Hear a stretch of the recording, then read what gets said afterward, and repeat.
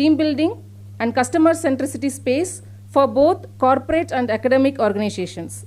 Sir will be moderating this panel discussion.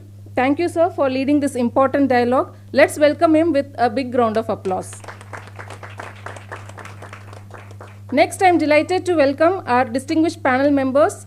First, Mr. Sunil Kumar Sinha, Head of Learning and Development, Bank of Baroda. It's an honor to have you here. Please join us on stage, sir. Let's welcome him with a big round of applause. Now I invite Dr. Anjan Roy, who is currently the Dean, Executive Training at the National Institute of Bank Management. Sir, your presence adds great value to this discussion. Let's welcome him with a big round of applause. Next, I invite Mr. Sumesh Kumar, General Manager, HR, Punjab National Bank. Let's welcome him with a big round of applause. With that, let's get started. I now request Dr. Subrat Kumar to take over as the moderator for this session. Over to you, sir. Thank you so much, ma'am. At the very outset, I would like to put on record my thanks for the entire organizing committee for inviting all of us out here. The flow which we are going to follow is I will be just setting the context for precisely 3 to 4 minutes, and then I will be moving to the esteemed panelists with questions. And we may come back to audience at any point of time. It need not be in the end itself. So at any point of time, we'll keep it open to the audience. You can jump in, you can ask, you can share whatever you want to. Now, when I was looking at this session context, I was reminded of 4 things, and I will tell you exactly 4 things. In the year 2010, I had privilege of listening to Mr. Adi Godrej. And he said there are 3 most difficult things in the world. 1, to climb a wall which is leaning towards you. 2, to swim against the current when there is a high tide in the sea. And 3, is to take the last session of any conference when everyone is on the edge and everyone has already got plans and they are just waiting how soon this session gets over. And I'm also acutely aware as a moderator that we don't have the luxury of extending time. Before we started, I had a word with Chetna ma'am, and I promised that whatever timeline she has given, I will ensure that we follow to it. I also look at this session as the last day of a test cricket match, the last session. The match is already a draw. Some players have played wonderful knocks. Only statistical interest remains. But what we promise you is that we will make some fireworks and we can go either ways. That's my submission to you. That is as far as the context of this session is concerned. Coming to the context of the topic, let me start with one story. A CFO asked a CEO once, why do we spend so much money on training our employees? What if we train them and they leave the organization? And the CEO replied, what if we don't train them and they don't leave the organization? What will we get? That for me is the importance of training in any organization. I go back to Mr. Richard Dupree, who has been the CEO of P&G from 1948 to 1959. He said, take away my products, take away my money, take away my machines, but leave my people. And I promise you, in a decade, I'm going to create as strong organization as we are today. And he further went on to explain that out of the 7 levers of competitive advantage, there is only one lever which cannot be copied. And that one lever is people power. Money can be arranged. Technology can be bought. Processes can be automated. What is that one thing which cannot be bought or copied is the people power. And I am glad that organizers thought it proper to take this up as a topic of discussion. If I look philosophically, in fact, this session is also the summary of all that what we have discussed throughout the 2 days. So I think this is a perfect end to the 2 days of discussion which is there. Now my coming to the role of HR transformation, in the org transformation. I firmly believe, and over here I will be quoting what Sanjay said when Dhritarashtra asked Sanjay that, Sanjay, who's going to win the Mahabharat war, and without batting an eyelid, Sanjay said that, oh king, Pandavas are going to win the Mahabharat war. Of course, Dhritarashtra was not happy and he asked, why are you saying so? And Sanjay replied, Yatra Yogeshwara Krishna Yatra Partho Dhanurdhara Tatra Sri Vijayo Bhuti Dhruva Nitir Matir Mama. That, O king, wherever there is Krishna, Krishna is the friend, philosopher, guide. Wherever there is the Arjuna, Arjuna is the warrior. And more importantly, they are on the path of righteousness. The way I look at the role of HR, I look at the role of HR as both of Krishna as well as Arjuna. You are the charioteer of your organization. उस organization के रथ की कमान आपके हाथ में है, और वो रथ कहाँ जाएगा ये आपको निर्धारित करना है. And that is why you have to play a very important role. At the same time, you have to be a warrior like Arjuna who's very focused about the goal. And the HR leaders must also understand the difference between what brings substance and what brings glamour. We will always have a choice of selecting between being critical, bringing critical value add, or bringing glamorous value add. And that is where I would also like to draw a line for HR transformation. Now, throwing the floor open, my first question is to Sunil Sinha sir. Why do you think, with your decades of wisdom, HR transformation is one of the most potent tools for organizational transformation? Over to you, sir.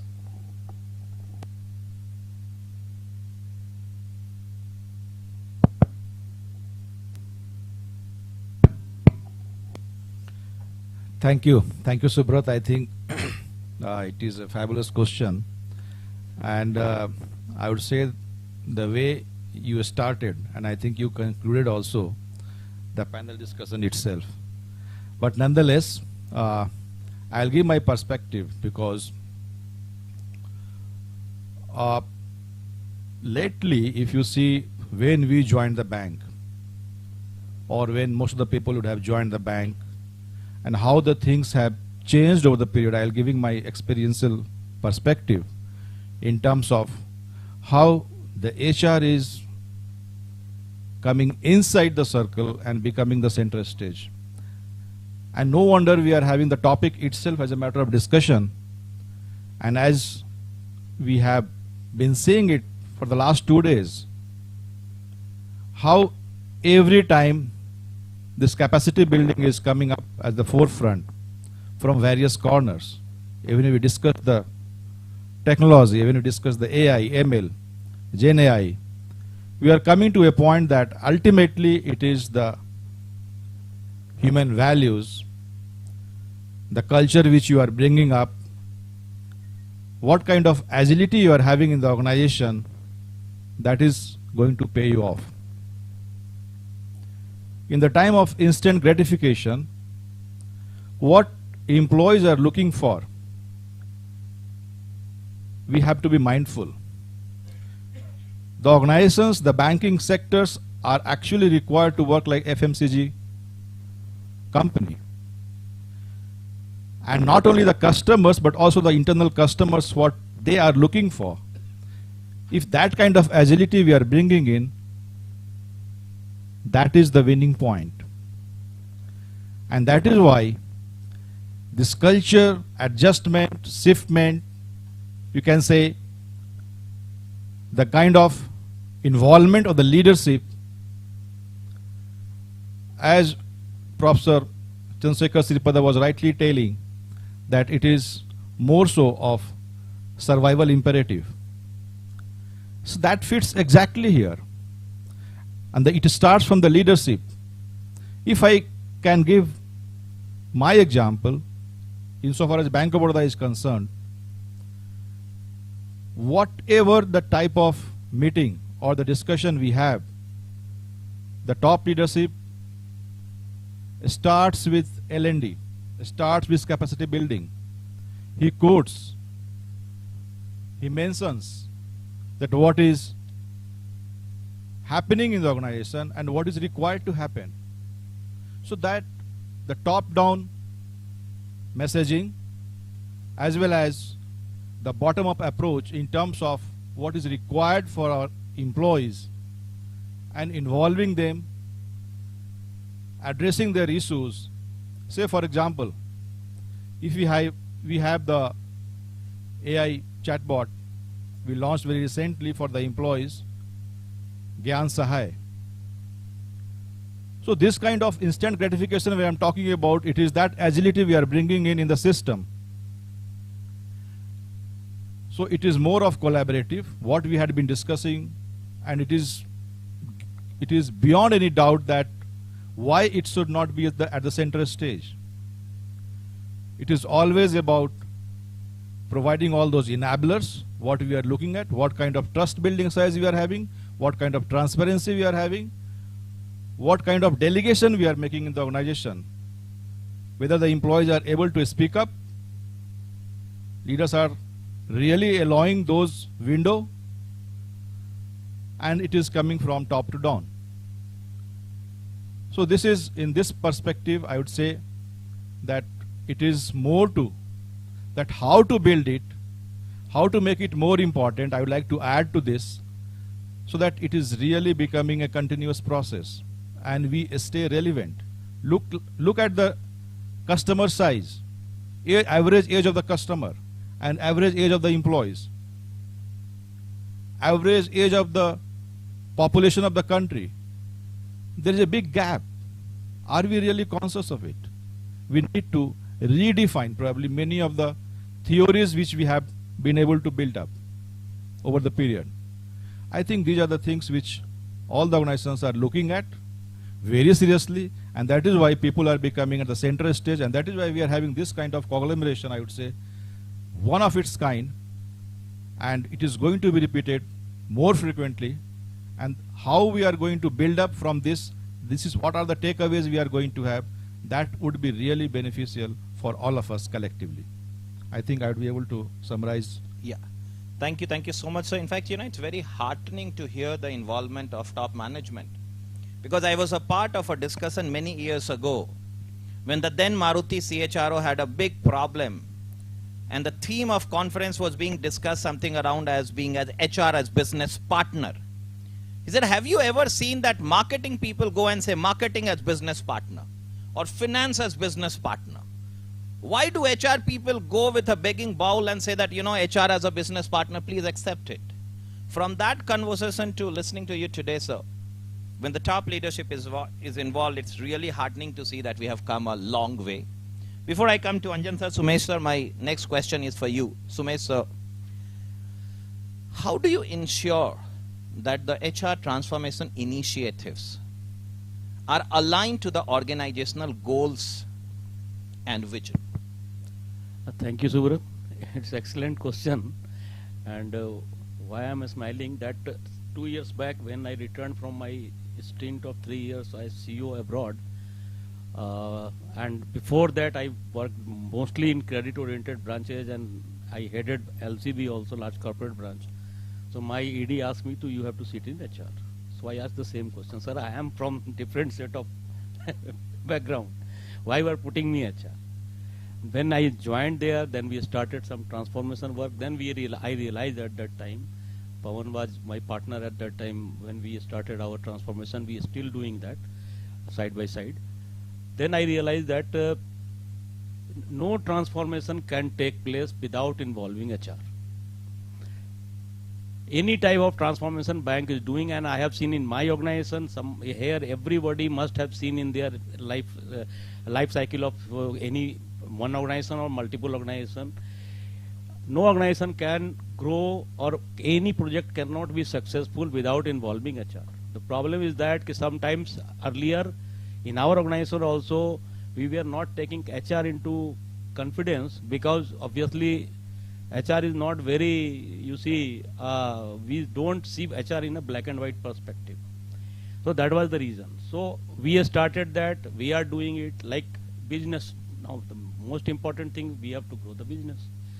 Now for business, it is required that every branch and every officer or every staff working in the branch should work for business growth. Now we come up with the concept of PMS profiler. And this is almost every month we are updating it, so employee can see. We have come with cohorting and comparison. So now he can see where he is standing. Now course correction, we are saying whether it's the weak area, whether it's the strong area, whether he can improve. So a lot of things are happening. Again, purposefully in this HR transformation process, we included target setting, which is a totally a different department's work, but we took them in confidence and we worked with target setting tools. Earlier it was like that nothing scientific was done. We have more than 10,000 branches in far-flung area. We have branch in Nariman Point also, and we are branch in a minuscule village of Tripura also. So understanding each and every branch dynamics and their requirement, we cannot do it manually. So we thought that we will put target setting tool in this, because if you are going for PMS profiler, if target is not realistic, then again the problem will come up. So we come up with a very scientific data, pin code wise analysis and all these things we have done in PMS profiler. Now things have started improving. We are finding in the last, from 1st of April 24, we have started this thing, and the result after 9 months we are finding that performing branches, number of performing branches is increasing, growth in branch banking growth is increasing. So these things are happening. So transformation, we cannot say that is separate from business, and business cannot run without proper HR transformation. Thank you. Thank you so much, sir. In fact, what you wonderfully shared about your story from business to HR, it reminds me of a conversation with one of the HR heads of a large manufacturing unit. So whenever he would address the new incoming GTs every year, graduate engineer trainees, he would go and he would purposefully say, so I'm here to welcome all the HR managers. And then everyone was like skeptical, we are not HR managers. He said, oh, have I come into the wrong room? They would say, yeah, we are graduate engineer trainees. And then he will ask a question, will you work on the machines? They will say no. Who will work on the machines? They will say blue collar employees. What is your role? To get the work done by them. So don't you think that you are playing the role of a HR leader itself? So that's a wonderful illustration. So thank you so much about bringing that angle of everyone being a HR leader and HR perspective in every business domain as well. Anjan sir, coming to you, as you come from an institute which is preparing future leaders, how do you predict or how do you figure out that, okay, these are the future skills which are going to be relevant, and how do you train and prepare your faculty towards them? That's my first question to you. So NIBM, I'm sure all of you know about us. We are more than 50 years old now, set up by the Reserve Bank of India and the member banks, mostly public sector banks, and then of course their private sector and other banks also.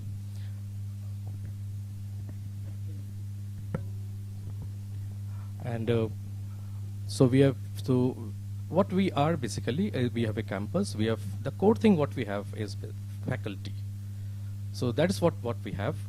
So the question boils down to, how does, as a faculty group, we try to understand the banking system, the challenges of the banks, and then try to address those. So in that course, what we do firstly is that we try to be as much as possible up with the times. So number one, to be with the policymaker. So very clearly, we are very closely connected with the policymaker, and here when I say the policymaker, is the Reserve Bank of India, as well as now it is increasingly becoming so, the ministry, the DFS. So what are the challenges that are coming to the economy from whatever angle?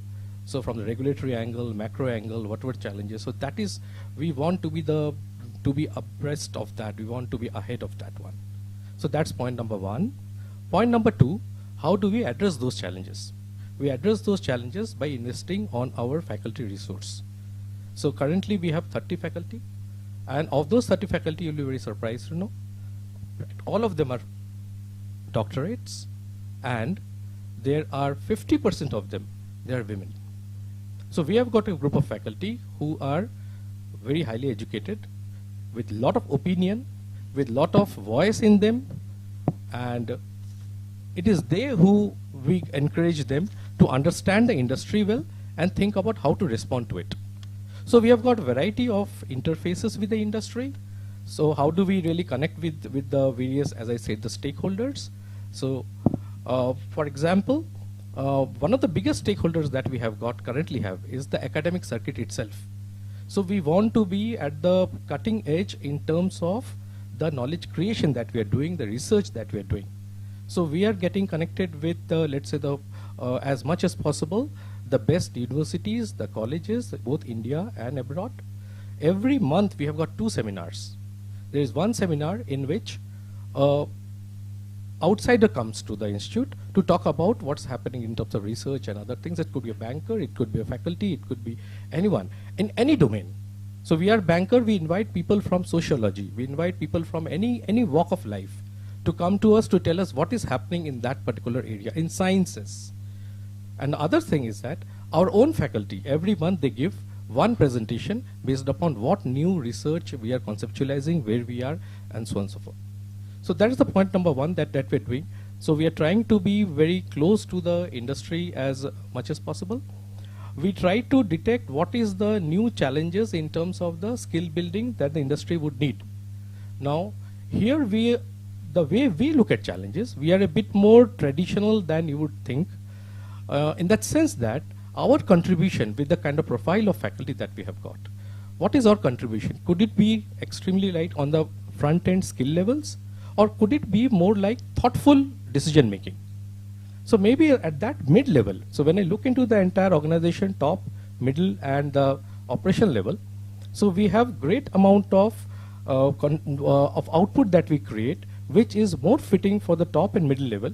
We do also address the requirements of the people at the lower level, skill building, induction, of course.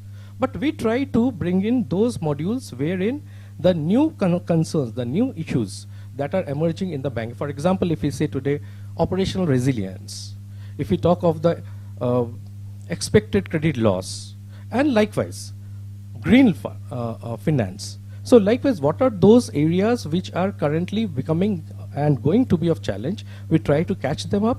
And our faculty, as I said, the main basis is our research. The other main basis is how we connect with the industry, how we connect with the academics, and together how we come up with the learning modules. Thank you so much, sir. In fact, you wonderfully touched upon the 3 pillars when you talked about knowledge creation, knowledge application, and knowledge dissemination.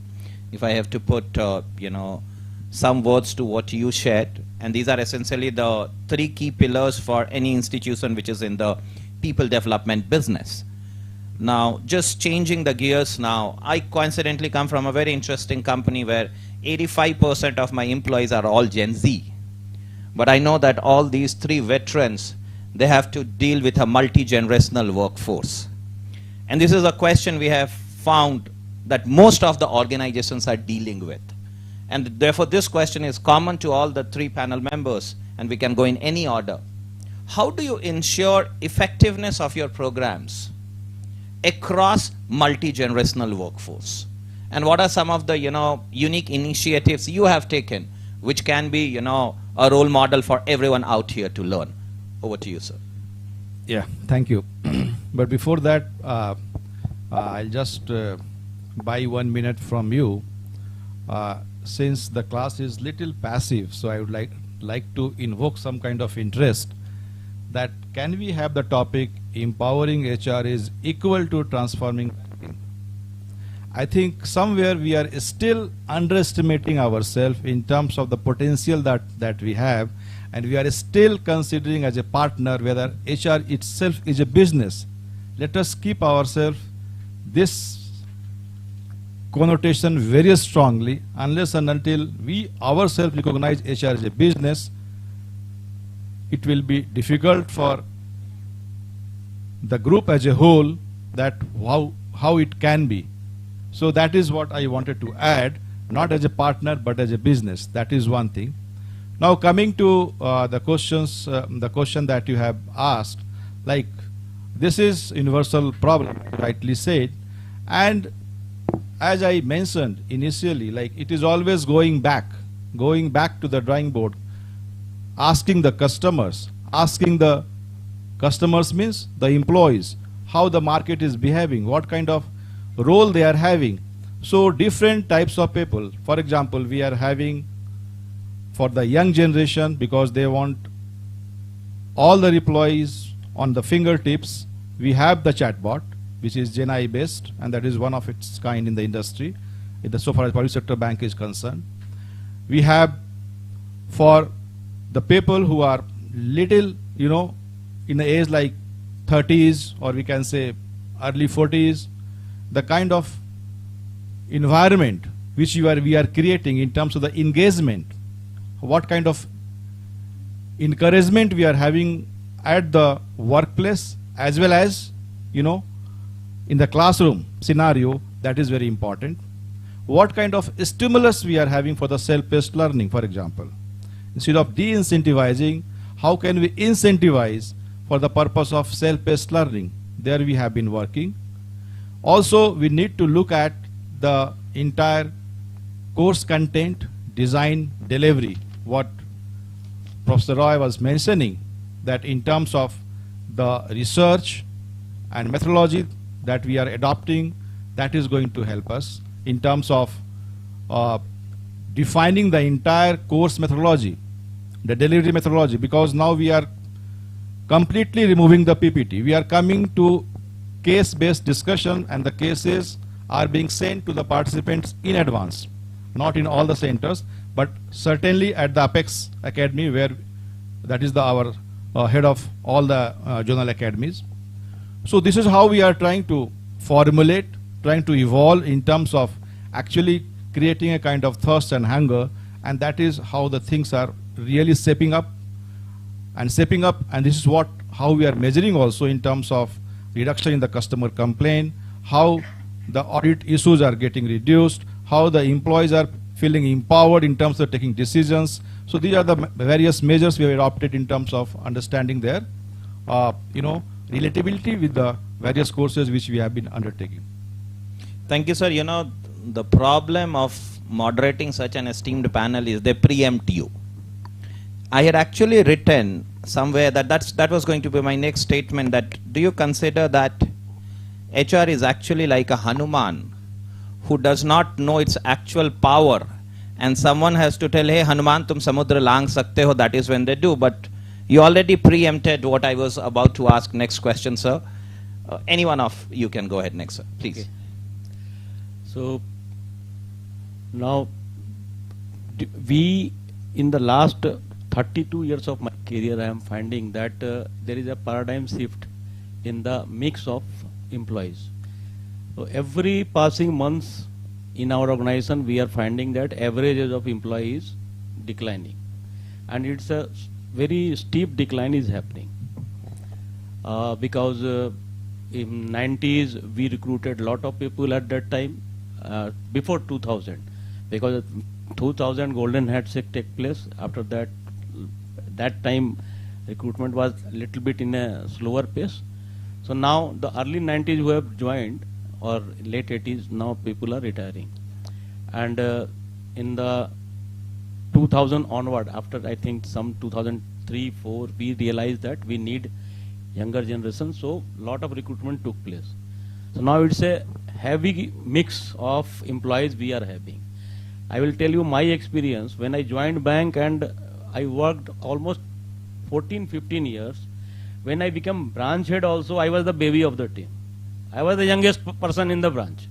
Everybody was older than me. After 13-14 years of my career, when it was like almost 2005, 6, 7, you can say, when I became chief manager in 7, 8, then we found that new generation is coming. They came and joined us, and then we found that, okay, yaar, koi to hai jo mere se bhi chota hai. So that is happening, and now I am working. The persons even in head office, I am sitting HR, heading certain parts of HR. Now the persons who are reporting directly to me, chief managers and AGM, they are less than 40 years of age. So that is the change that we are facing. So we realized it in our transformation project. We took it very seriously, and we divided our whole training schedule in training institutions in two parts. One is advanced learning centers, and one is a normal our staff training centers. So advanced learning center meant for giving a specialized training to to senior people, senior management cadre, which has almost 5,000 strength we are having, scale 4 and above.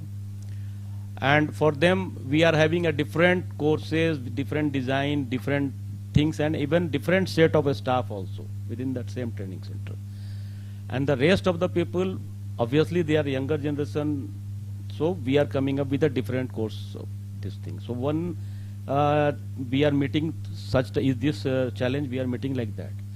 Another is that actually this system is prevalent in our bank almost like more than 35 years. At least I have gone through to that system, that whenever any management training is joining in our organization, they are going for 1 year training, exclusive training, no job they have to do. On the job training, yeah, classroom training, whatever is happening. And it was after 1 year only they get the posting. So after 1 year, when they are going to have a crucial position, they are well equipped, knowledgeable, and they understand the things. What we have done in last 2 years when we started transformation, that we come up with a complete portal, and we are recording all the journey, right from joining to all the things. We made it more scientific. We have come up the concept of mentor. Now every management trainee till their confirmation, they are having a mentor. So mentor in any time of this, we have developed a culture like that, that if any young officer is facing any official problems or some mental trauma or personal trauma even, they can contact their mentor. So it is a very close association, mentor-mentee is going on.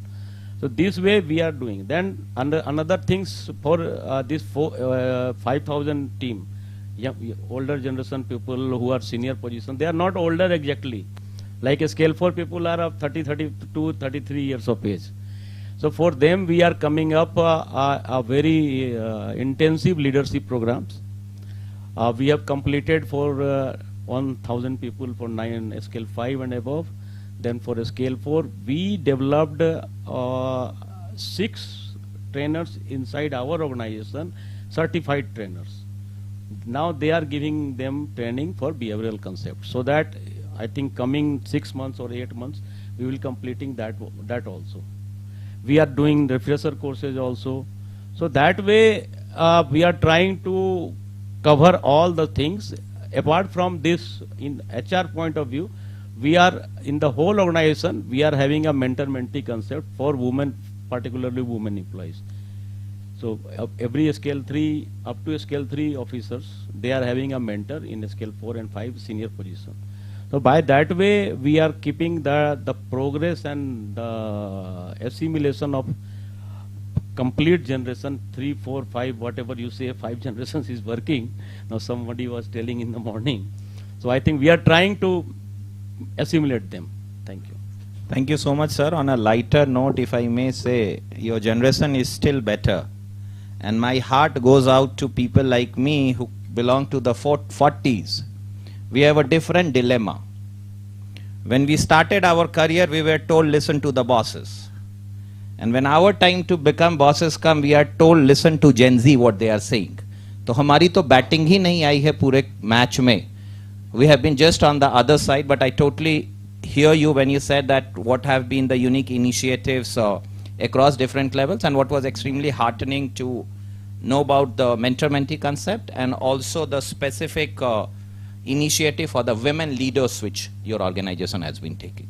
Anjan sir, over to you. There is one very good thing I must compliment Union Bank, Madam and others. A lot of learning that has happened over here that I am actually trying to put them here itself, capture and put them here itself. So when this concern of multi-generational learning came in, it obviously caught attention. Yes, there's a real problem. What is the industry doing about it?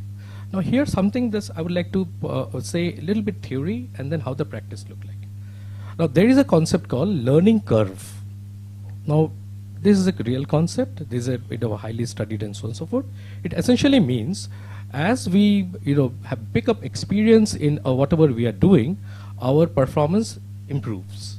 So if there are some error rates come down, our output rate, productivity, it goes up, and so on and so forth. Now every individual has got a learning curve.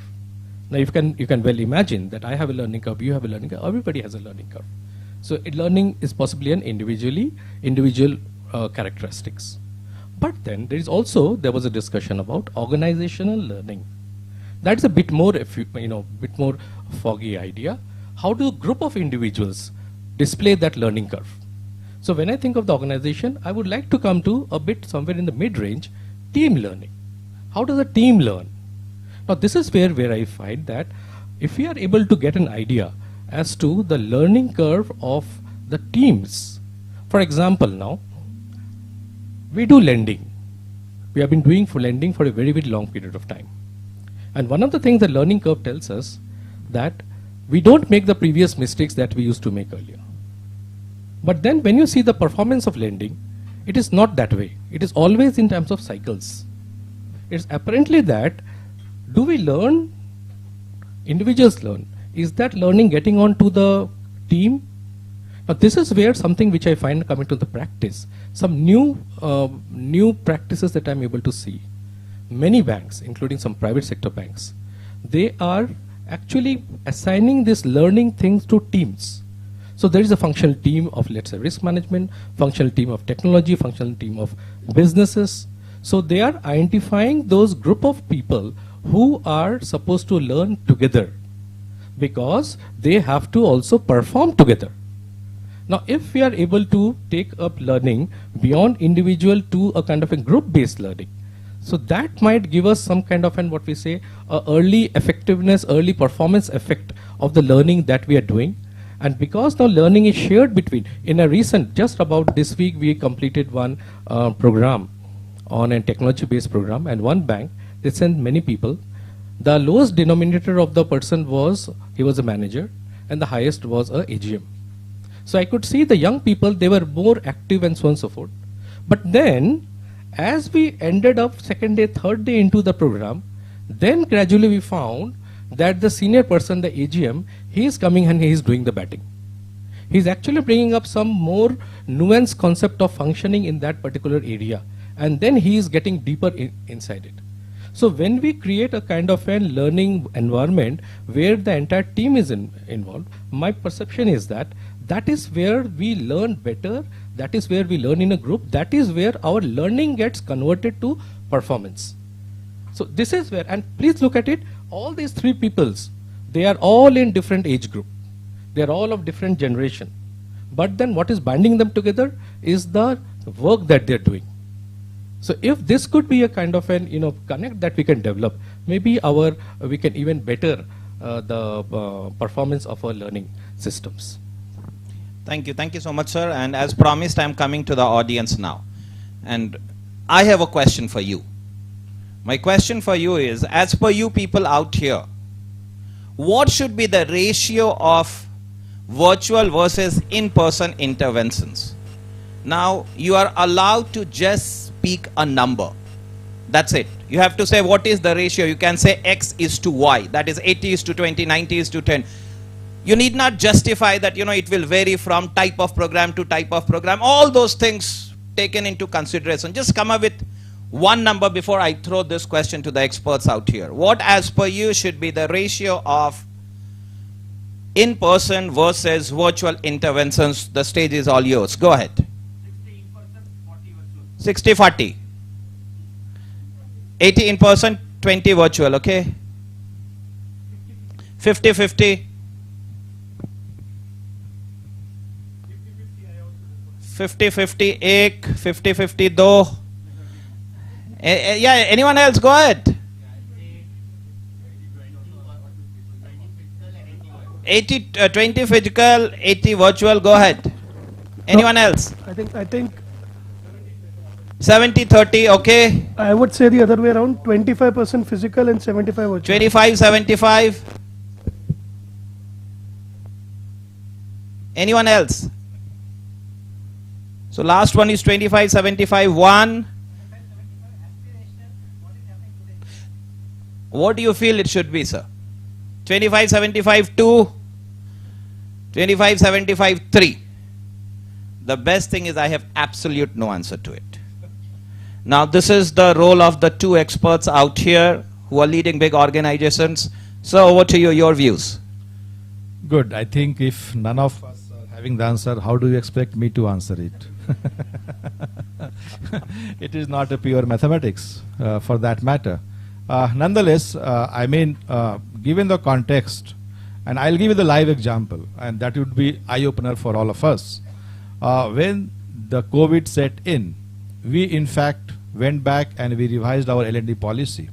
And we thought, and the way the entire world was moving, that is the virtual is the only way going forward, and it is going to be really cost effective, and we are really going to be, because the choices are very less, limited, and we in fact revised our policy, so much so to say. Having revised it, the policy, we started working on it also. But let me also say that when we have this kind of things, not changing the denominators, because you are not changing the context, the similar kind of products, similar kind of processes, you only change the numerator, the impact was compromised. I mean, the impact of a training was compromised, and therefore we reversed, and then we said that no, that can only be supplemental, and that can be supplemental. And actually what we say, instructor led, I think all L&D colleagues understand it, because we call it ILD and self-paced learning, that is digital learning. So we said the classroom and the rest. So the initial blend is on something level 1 that should be coming from the digital side, because you have to have that kind of elementary understanding and knowledge, and that will help you to come to the class to have a wider discussion, because you have to come to a level playing. You cannot, because the cohort we have to create, that should be somewhere who are by and large similar to it, and that is really working. And I can vouch for it, because the way it has helped us in terms of reformulating the entire L&D processes in the last 1 year, it's amazing. This is what I would like to add. Thank you, sir. Sir. Putting any number is really very difficult, but situation of course says that whatever you want to do, you have to do. Like what Sunil said in Corona time, if we would have insisted for classroom training, physical training, then it would not. It would be a zero performance. But 2 years we learned how to do digital these things. In the last, I think 1 year we have started giving more emphasis to physical trainings. But attendance is also very good. There are certain mandatory training we are giving. You see, like pre-promotion training every public sector bank is doing. So this time my union representatives were requesting me, ki, sir, last several years it is online training is taking place, so please come up with a classroom training. So this is the wondrous task I gave Pawan to please arrange. Now big challenge was there, because huge number of people are appearing for the test. So we started physical training, a lot of challenges came. Then if there was an idea, then we come up with our HRM system, we came for choice. If somebody wants to give online training, if they want to opt, they can take. Because of course everybody is not in a position to travel. You see, we have limited training centers. So I think large number of people have opted for that, and they were also again thankful. Personally, some of people thanked me, some people thanked me, sir, you come up with an option, otherwise I would have left out. So there is a pros and cons is there, very difficult to say. But if really gaining something, learning something is concerned, I think physical training cannot be replaced. Sure, sir. Thank you. Anjan sir, your views. It's a question of which mix would help us to get the better impact. So let us understand that how, let's take a bit more futuristic view as to how the banking is transforming, obviously with a lot of digital coming in. Banking is transforming in the way you manufacture products and you deliver products. Banking is also getting transformed because of technology by way the consumer, they are also taking up the products. And between we are there as the HR, as the people of the banks who are supposed to convey the products to the customers, or the customers do it by themselves. So I take from Chetna Madam's yesterday's point that the employee comes and says, well, I've already done it in ChatGPT. So why do you expect me to do that, rigmarole again? Why? What is the next thing that, why don't you put me something more value adding? So my question is, what is that other value adding that the banks would likely to have in the future? So maybe the thing that strikes me is that possibly when many of the works will be taken over, routine work will be taken over by technology, AI, whatever it is, what work will the employee do? I believe the answer is only one. The employees only will do business. So now here comes two different kinds of training. One is that the employees, they use technology, they learn by themselves. So all those things that that is available to them through by means of technology, at least they have that much amount of technological understanding, way how to navigate technology, how to use technology, so that a lot part of it they will learn by themselves. Some part, of course, we have to help them to do it. But the second part now, doing banking. Second part is doing business. We have a lot of young people today. Do they really understand banking today? Do they really understand the business today? Are they really so, I don't know the lack of the better word, can they knock the door of the customer and then put themselves up, sir, here I am, I want to do business with you. Now if that is the thing we also want after technology, what kind of training will be required over there? So you can see now I'm gravitating towards a very safe point, 50-50. The 50 part is basically about the technology, about the routine thing which they can learn. With the banks themselves, you will have a lot of your LMS and all those things. But the other 50, going to the market, now that is something we all are a bit more resistant to. There, I think a very good amount of intervention is required to break our own personal resistance to go to the market, create business, do business, serve the customer, understand the grievance, and it will go on and on and on. So I would start with 50-50 in that sense. Thank you so much, sir. With the disclaimer which I said at the beginning, I don't have an answer to it, but I would definitely like to share with everyone what the Amex CEO shared in the town hall. He said that the cost of information today is going down to 0, whereas the cost of insight is going up to infinity. My only submission out here is that any training which is about information can be perhaps done in a virtual mode, but wherever the training is about insight, I still feel that there is no replacement to the in-person intervention which is there. We are in our final 11 minutes. Let me play a rapid fire round with my 3 panelists before I throw the floor open for question and answers. You know, we had invited and I was listening to Mr. Harish Bhatt when he said, what is Tata style of leadership? You know, a large part of HR transformation is also around leadership capability building. And Mr. Bhatt said that, you know, everything may change, but there is some essence, there are some core components of leadership which never changes. So if as an expert, if you have to pick exactly 2 skills, then what are those 2 leadership skills which are never going to change? Whether it was baby boomers, Gen X, Gen Y, Gen Z, Alpha, Beta, and which are going to be evergreen leadership skills. And you have only 30 seconds to answer each one of you. So, The one is knowing self, and the second is authenticity. thank you, sir. One is integrity, and second is a good communicator as well as good listener also. Thank you, sir. The first is that you realize that you are not the only leader, everybody is a leader. So seek the leadership in everybody. So leader is a leading, it is a shared leadership. That's point number 1. And the point number 2 is what I would think is a resilience. So leaders must show resilience. There will be time crisis. That is the time where the real leadership then emerges over there. So that resilience, if you are able to see, you will be then automatically be sought as a leader.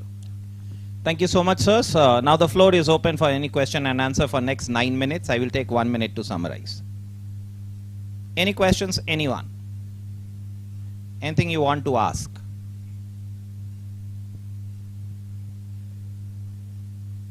So, no, sir, I completely empathize. Please, sir, go ahead.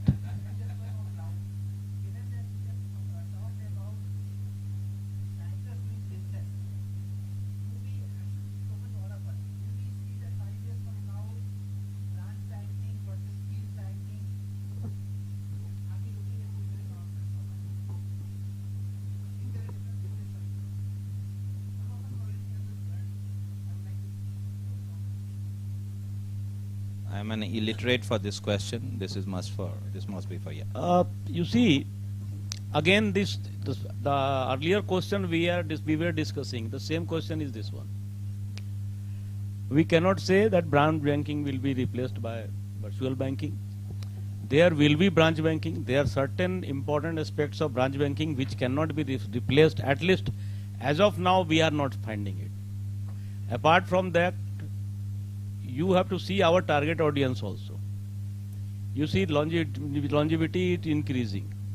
Persons of even our age, lower than our age, younger people, suppose that somebody not working in financial sector but age of 45, doctors, other professionals, financial illiteracy is very rampant. Digital illiteracy is rampant. So your target audience, which are your prospective HNI customers, which will be your pensioners, which will be otherwise coming to you, but they are not very conversant. For them, brick and mortar banking will be there. Some 10 years back, when we were coming up with, Punjab National Bank was the first bank who come up with 100% CVS. So at that time, we were discussing what will happen to branch banking. But we are finding every month we are opening new branches. So I don't think branch mortar banking is going to be replaced by, but of course, ratio will certainly, that will increase. And one important data I would like to share from my banks, that percentage of digital transaction is increasing every year. Percentage is increasing like anything. But the branch banking transaction is in last several years is static, it is not declining. It is by and large everywhere in all the banks. Yeah. There is just one point I would like to your attention. 2017, the branch authorization policy of the RBI made one significant change in terms of what it calls as a branch. So it doesn't call it as a branch anymore. Today the terminology is banking unit. Now what does get changed when you move from bank to a branch to a banking unit? Now that is the essence of it all, basically. You also have got, by the way, digital banking units. So what Sir has stated actually, so which means we are looking at units which are performing to connect with the customers in let's say in a very vigorous manner. Now how does those units they connect with the customer in a very vigorous manner? You actually see the shape of the branch in many ways. Look at SBI. You have got on one hand the Kohinoor branch. One side there is an Incube branch. So there's a very big branch, very small branch, very tiny branch, and then there is also these business correspondents are also there. How do you relate to the customer? That is more important. Today with all our pressures, there is one very important skill sets which may be important for us at L&D to know, is that counseling the customers. Sir has pointed out financial illiteracy. There is another customers can be indisciplined. Their over-indebtedness is a concern. So as branch managers, do we have that kind of a skill sets to counsel the customers? So the concept of branch is also now becoming a bit more different. Service, counseling. So it is a much more outward looking activity that we are looking at it. So I'll just add to what Sir told, that it all depends upon that what customers want. So there is the kind of demography we are having, the expectations from the customer. Do they want that really there is no need for the branch? I think we'll have to look at it. But that is not going to happen in near future.